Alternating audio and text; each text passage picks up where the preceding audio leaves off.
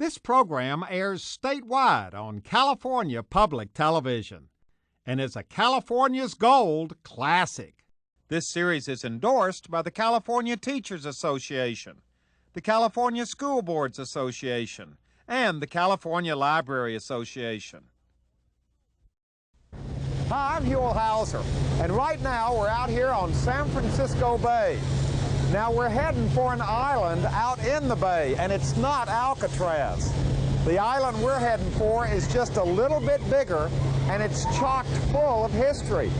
They also tell us there are all kinds of neat things to do on it. So if you're ready for an honest-to-goodness island adventure, come on along with us as we continue our search together, this time in San Francisco Bay, for California's gold.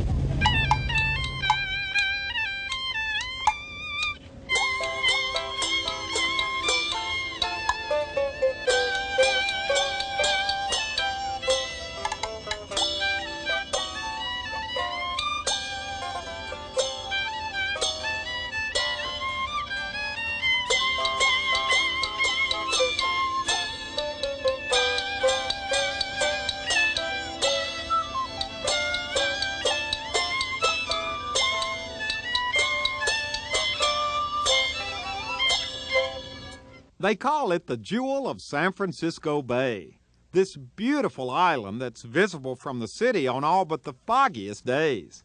Now, it's not nearly as well known as Alcatraz. In fact, it remains somewhat of a mystery even to many native San Franciscans, even though it's the largest island in the bay, a square mile. The place is rich in history, starting with the fact that 3,000 years ago, several villages of the native coastal Miwok Indians were here. Back in 1775, Spanish explorers were here. And these days, it's a California state park. Now, we were invited to visit the place and see for ourselves just what it had to offer. And pulling into the beautiful little harbor, we knew right away we were visiting a very special place. Morning. Morning, Huell. How you doing? Welcome to Angel Island State Park. Glad to have you here. Nice to meet you, sir. This is our visitor center over here. This is where we kind of check in, I guess. Well, you get a good orientation to Angel Island if you enter there. A little bit of the history and where to go on the island. Huell, the first thing I can tell you about our island here is just where you docked on your ferry was where all the ships had to dock before they went to San Francisco. This was a quarantine station.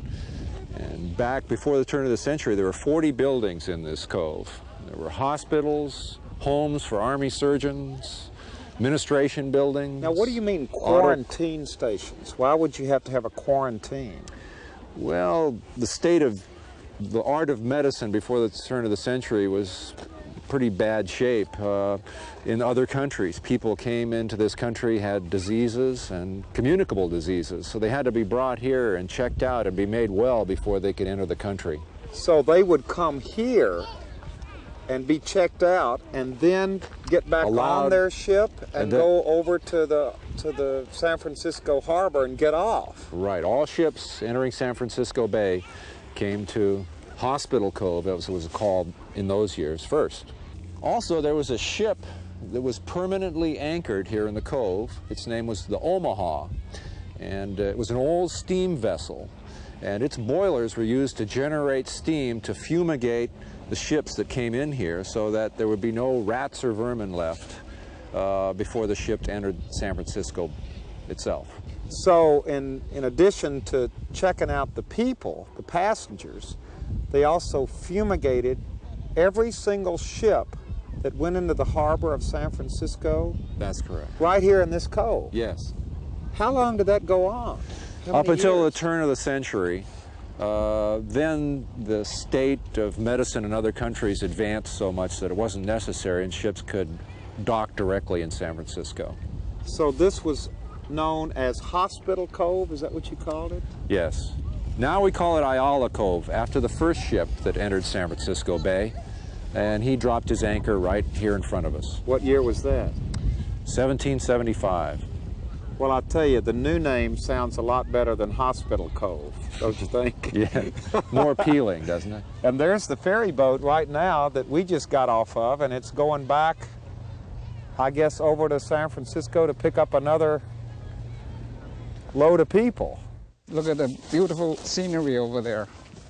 Well, we left Ranger Dan for a couple of hours and traveled next to another part of the island in order to meet up with Paul Chow, who's been instrumental in preserving a very important chapter from Angel Island's past for future generations.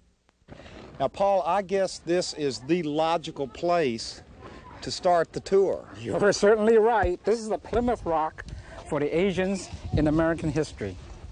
And this is the place where all the Asians arrive in America to make their new life of Gamsan in America. From the West Coast. From the West Coast, the most logical part is all the Asians arrive in the West Coast, all the Europeans arrive on the East Coast. Now, was there a pier out here? Would the boats pull up here from China, literally? Yes, there was a boat that came in. The largest ship came in and anchored out, and they were all put on a smaller boat and brought to this island. And in this island is the determination if they stayed in America or they're going to be deported. Now, what was the significance of the bell? Did it ring? Where was it? Yes, the bell was on the end of the pier. It was actually a bell built for the fog, you know, the San Francisco fog. And when they have foggy nights, the people would hear the bell go bong, bong. It was a very significant psychological factor of the people that kept on the island. What do you mean? Because the sadness of the bell. The situation here was sad because these people were coming to a new world where didn't know if they're going to stay or they're going to be deported back to China. Yeah. So this is the original bell right here. 1910. It was here in 1910. And later on, it was used as a telegraph message for the immigration officials to report to the station. What do you mean a telegraph? Well, back in the old days, they didn't have the intercoms. So when a ship arrived with about a few hundred immigrants, they would ring that bell, go bong bong, bong bong, bong bong, and everybody in the island knew that here comes another group of heathens. We were called heathens. Really? That's right. We're going to have to process these heathens, and we're going to send them all back to China because this station was built not to welcome the Chinese, but it was used to deport the Chinese back to China according to the Exclusion Act of 1882 to 1924. This is the immigration barracks where all the Chinese stayed between 1910 and 1941, proving the right to enter America. So these are the original barracks? This is the original barracks, yes. Exactly, we have recreated to give historic restoration, to give the feeling of how the immigrants felt when they stayed here. What have we got in here? Oh, this is, you have a whole, let's go in here and we can kind of go around here. So this is the women's bedroom. This is where they stayed. The women, the older women would stay on the bottom. The younger children would stay on the top. And this is the way they lived 24 hours a day. They were not allowed to leave this room. They were not allowed to go anywhere except for 3 meals a day in the main building. And this is how totally they kept here, and they kept here until they proved the right to enter America. Now, how many people stayed in these barracks? Well, in this room alone, it's about a 35 by 35 room. There are 96 bunks in this room. However, it's not as crowded as you think. In the morning, these bunks can fold up. And they can provide room for children to play, for people to do their daily work, sewing and reading and just gossiping. And people hung the laundry up. Yes. Across here. They didn't understand there were no washing machines. They felt that this is the only way they can do it, so they hung the laundry where they slept and kept the belongings with them, because these were very valuable things.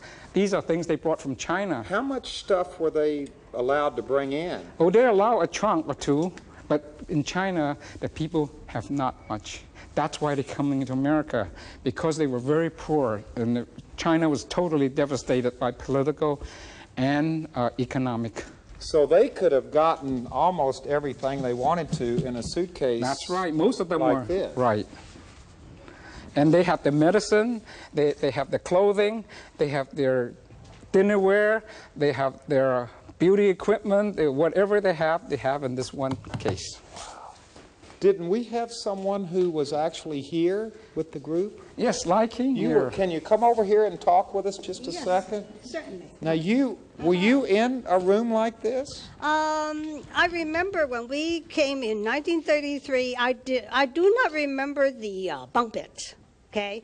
I remember that we were segregated because we were women. So my mother, Lai Hong, Lai Wah, and I were right next to each other. Your sisters? My sisters, Oh, yes. Now, what did you think about all this when you got off the boat? This was your first experience in America.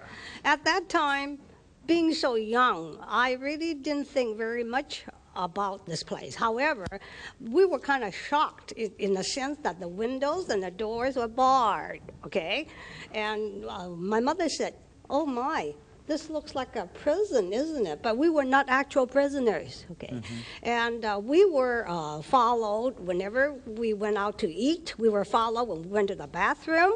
We were followed back here from the dining common.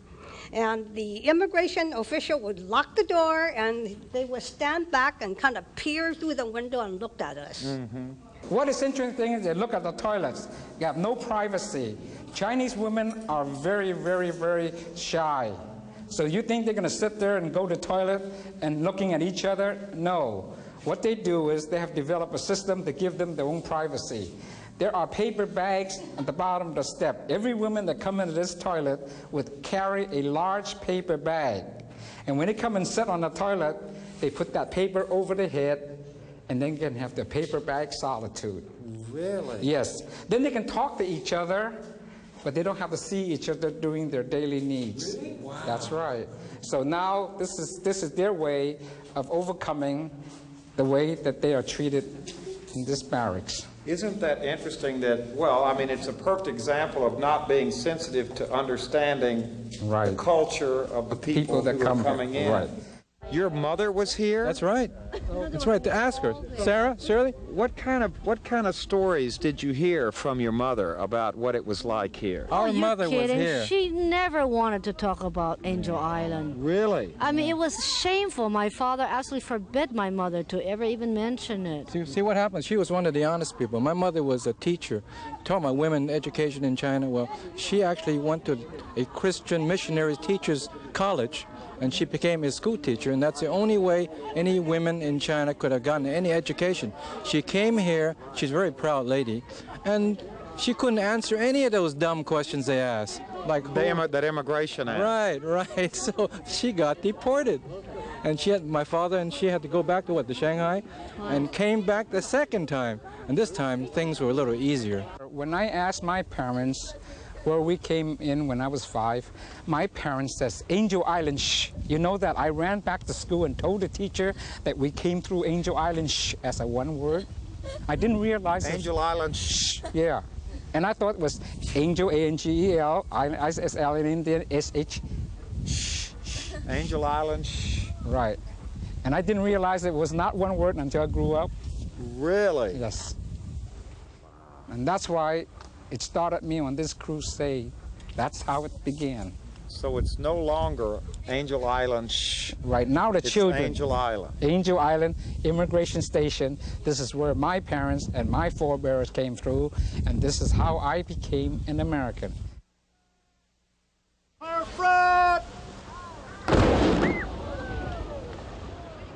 Well, Victor, here we are in probably one of the most historic spots on this historic island. Well, this is Camp Reynolds. It was established in 1863 because of public concern of Confederate raiders coming into the bay. And behind us we have the largest collection of wooden buildings from the Civil War period in the United States. Really? Yes, we do. I would have thought the largest collection of wooden buildings from the Civil War would have been, you know, in Virginia or Mississippi or Georgia or somewhere. Well, that's similar to the belief that there wasn't very much Civil War activity here on the West Coast, but there actually was. Now, why did they feel it was necessary to station Union troops here back in the 1860s? Well, there were three objectives that the Confederates were looking to go after. One was the largest munitions plant on the west coast in Benicia. We also had the U.S. Mint in San Francisco and the gold and silver fields up in Nevada and California. So they thought that the Confederates might try to raid San Francisco, so they put how many troops were here? There was approximately 200 stationed here during the Civil War period.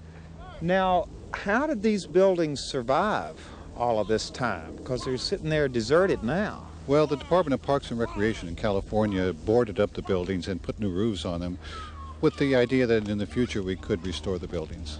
And you have these kind of reenactments out here from time to time so that Yes. the visitors can get a sense of what it was like? Yes, we do. This group is called the Cal 100. It was a group of 100 volunteers that went back and fought with the 2nd Massachusetts during the Civil War. From California? From California. It really happened here. This isn't a museum. It isn't, and for me it's very special. My great-great-grandfather, Abraham Lone, was in the Cal 100, so we are descendants of the original members.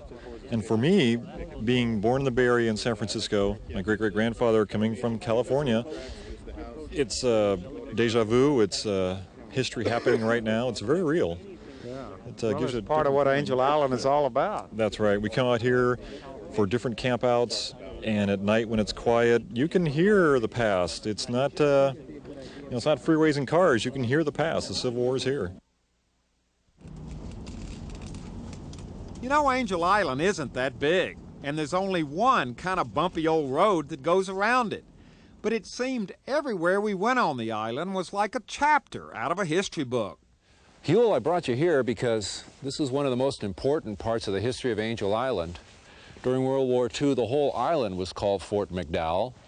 And today, this construction that you see around you represents that whole era. This was the processing unit for soldiers who were going off into the Pacific Campaign. The original construction actually started during the Civil War, but slowly, slowly the military built up all of these buildings that you see around you. And major construction started in World War I, and by World War II they had completed the gymnasium straight ahead of us, the PX off to the left, the guardhouse down below us. Now, how many men passed through here over the years? Is there any count? I don't have any clue. It's thousands and thousands of men. During World War II, there would be approximately 8,000 men on the island at Fort McDowell here during a day. There were so many men that they had to take shifts at feeding them through the Chow Hall, 3,000 at a time. Now, is all this just sitting here kind of decaying? What's going to happen to it? Well, that takes lots of money to preserve buildings like this. We have restored the guardhouse down below, which is the new visitor center. Here's the visitor and center. we'd like to see some other buildings restored, but this is millions of dollars we're looking at here. We would like to keep it in a state of arrested decay until we see other funding for restoration. So the really significant part this plays today is a reminder to the, I guess, hundreds of thousands of men who passed through here in the past 90 years. Mm-hmm. We have some people who were stationed here. Some men staff the chapel up above on weekends, and they can give us stories of Fort McDowell when the thousands of men were here. My feeling is when I come here is I can hear Glenn Miller playing. Yeah. His sound is wafting through these halls of these buildings. A lot of ghost stories around here, right? A lot of ghosts, a lot of memories from Army days. Sure. This was the mustering out point if you survived World War II. Really? A big welcome home banner was placed on the side of the island. You saw it as you came home aboard ship. You docked down below. You were put into a barracks. You were processed out. And you went down to the paymaster building to receive your last check before you went home. Wow. So there are a lot of people alive today seeing this program who would remember being here. I hope they have fond memories of the place. This was their chance to go home from the war.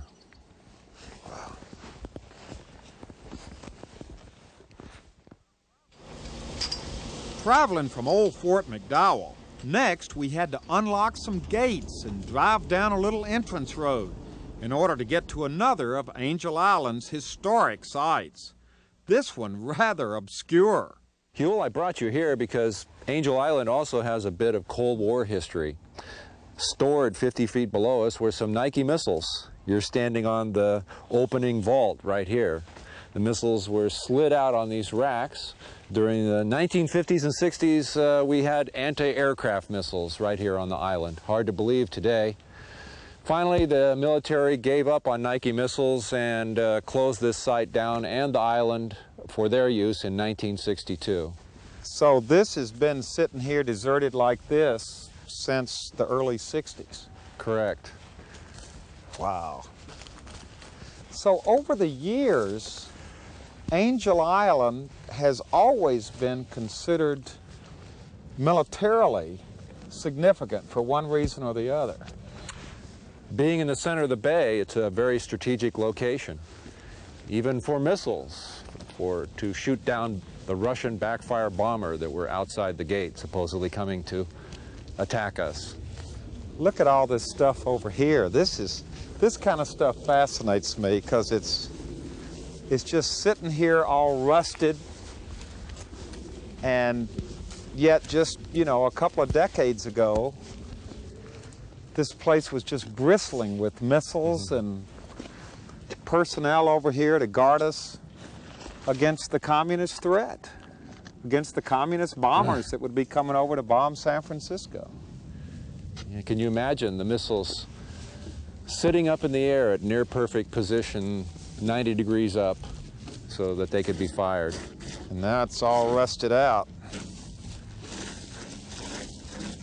And look what we found here on the side of part of this. Evidently, the Nike missile section that was based here was called the B section. So they've drawn a B here, and right at the tail is a Nike missile. The Stinger. Now that's part of the history of this island too. Sure. A little piece of art from the Cold War on Angel Island. The B section. It's interesting that all of these different components of military history here have been saved. Civil War, World War I, World War II, Cold War. It's all here on one island. A microcosm of the defense of our nation. But it's also interesting that not a shot was fired here for all this military buildup over a century. Really? There never was? No, never in anger. Now, we have been on Angel Island now for 2 days. This is the end of our second day. We're getting ready to go back over to the mainland tomorrow morning. And Dan has brought us up here. It's about, what, 7:15 at night? Oh, that's correct. And he's brought us up to the top of Mount Livermore, which is the highest point on the island. Yes, it's 781 feet high. To give us a parting shot that you're not going to believe. It is the most breathtaking. Look at this view of San Francisco. This is what you live with over here every day, isn't it? This is my backyard. Gosh, look at this shot. This is absolutely unbelievable. Now, Alcatraz Island is just right over here. That's it. And that's the island that's gotten all the attention and gets fame. all the visitors. Fame, yes. They have approximately 1 million visitors a year to Alcatraz. People stay about an hour, 2 hours, and leave. It's a nice tour, but look what all we have here on Angel Island, and far, far fewer visitors. How many? Probably 200,000 a year, but at least people stay here about 6 hours before they leave. They love it so much. Why has this place remained such a secret? It's sitting right here in plain view for everybody to see. I suppose we need to make some movies about the place. Huell, what's interesting about this place is, look right over there. There are hundreds of thousands of people living over there, densely populated civilization. But here, right in the center of the bay, we have this wonderful, absolutely pristine, natural area where people can come, And it's a protected state park. It will be this way forever. It's right in the deed. And when they come here, they'll be able to enjoy all this wonderful cultural history spanning over 100 years. They'll be able to walk around, go walk along the beaches, enjoy all this peaceful serenity that we offer here on the island. And they'll get the feeling that we rangers have, that this is truly the jewel of San Francisco Bay. Well, our adventure to Angel Island is over. We're now back on the ferry heading across the bay to San Francisco. But what a great time we had on this small island that is so full of our state's history. A small island that is a perfect example of California.